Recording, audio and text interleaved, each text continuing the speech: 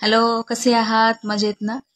तर आज आहे फ्रेंडशिप डे, म्हणजेच मैत्री दिवस. पहिलं एवढं फॅड नव्हतं, असं फ्रेंडशिप डे वगैरे काही नसायचं.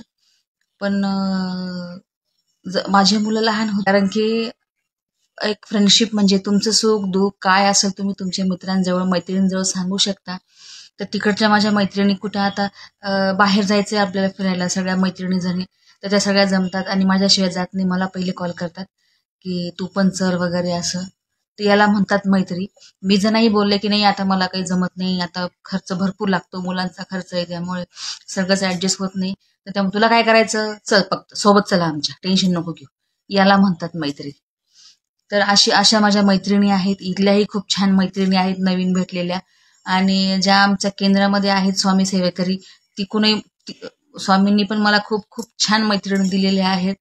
तर खरंच मी नशीबवान आहे की माझ्या आयुष्यात अशा मैत्रिणी आहेत की मला खूप जीव लावतात, वेळोवेळी माझी आठवण काढतात. त्यामुळे सगळ्यांना हॅपी फ्रेंडशिप डे.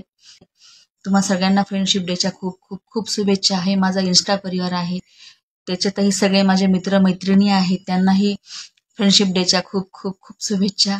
व्हिडिओ खूप जण बघतात, पण लाईक करायचं विसरतात. का करत नाही मला माहित नाही, पण प्लीज